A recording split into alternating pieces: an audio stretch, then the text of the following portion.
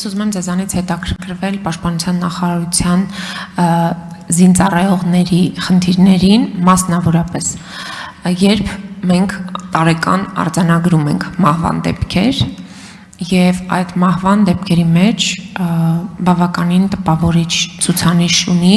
հիվանդության հիմքով մահացությունները, այսինքն բանակում հիվանդության պատճառով զինվորներ են մահանում։ Ես այս հարցը տվել եմ պետական տարբեր գերատեսչությունների ղեկավարներին, այդ թվում ուժային կառույցների,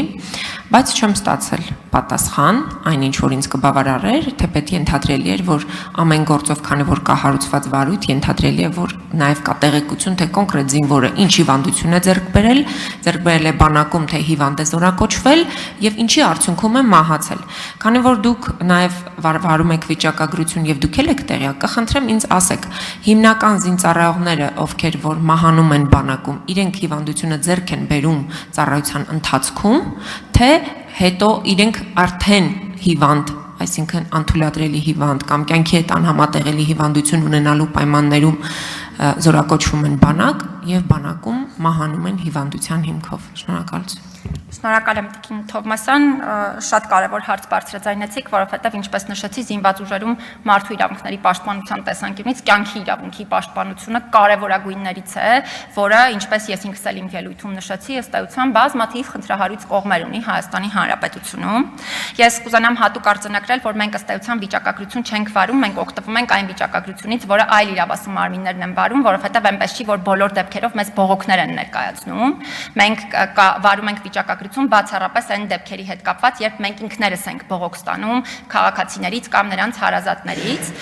Ես պատահական նաև իմ ելույթի շրջանակներում չէր, որ խոսեցի հենց բժշկական օգնության եւ սպասարկման խնդիրների մասին, այդ թվում զինված ուժերում, որովհետեւ ինչպես ես նշեցի,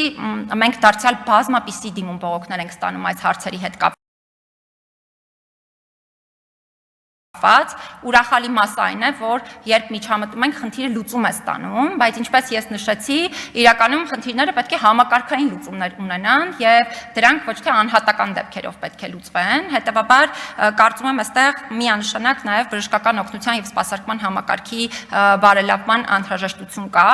եմ բոլոր կատարելագործումներին, որ ըստ էության նաև մեզ են ներկայացվում, բայց կուզենամ նաև հատուկ արձանագրել, որ ըստ էության մենք չենք կարող բացահայտել այն հանգամանքը առանց քննության, թե հիվանդությունը որ պահին է ձեռք բերվել, որովհետև իրապես չունենք այդ գործիքները, եթե քննություն չի իրականացվում, բայց ամեն դեպքում, անկախ նրանից, հիվանդությունը ձեռք է բերվել մինչև զորակոչվելը, թե զինվորական ծառայության ընթացքում, միևնույն է իրավունքի պաշտպանության պարտավորությունը պետությունն է կրում։ Հետևաբար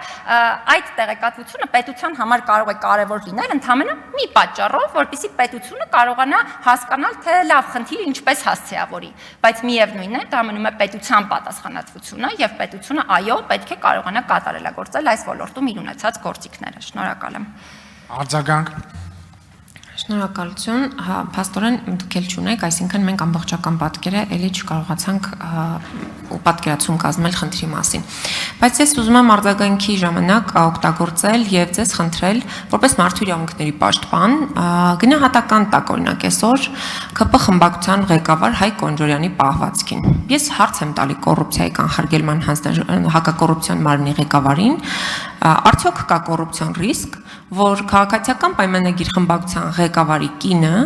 կարիերայի թռիչքաձև աճ է ունենում եւ հիմա էլ դարձել է Հայփոստի ղեկավար։ Ոչ մի վիրավորանք, ոչ մի գնահատական չկա իմ հարցի մեջ։ Ի պատասխան Կոնջորյանը մոտենումա ամբիոնին սկսում է վիրավորանքներ շահտալ եւ ինչ որ մերկապարանոց հայտարարություններ անել։ Պարոն Կոնջորյան, ուրեմն շատ ուշադիր լսեք, 20 տարեկանից աշխատավարձ եմ ստանում։ 27 տարեկանից աշխատավարձ եմ տալիս մոտ 2 տասնյակ լրագրողների եւ աշխատակիցների որպես մեդիայի հիմնադիր։ Առաջի տունս առել եմ 26 տարեկանում եւ բնակարաններ ունենալու իրավունք ունեմ եւ ունենալու եմ։ Այս տարի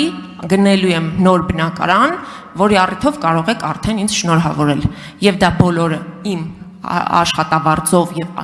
աշխատանքով եւ բոլոր իշխանությունների ժամանակ ստուգվել է իմ գույքերի, ընդհանրապես իմ գործունեության օրինականությունը 8 տարի էլ դուք եք ստուգել, 8 տարի, ի գիտություն։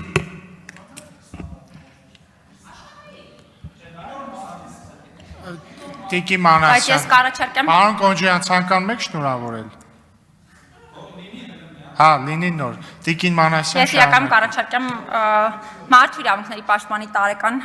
հաղորդման ներկայացման ձևաչափը իրապես երկկողմանի չվերածել քաղաքական բանավեճի, որովհետև նախ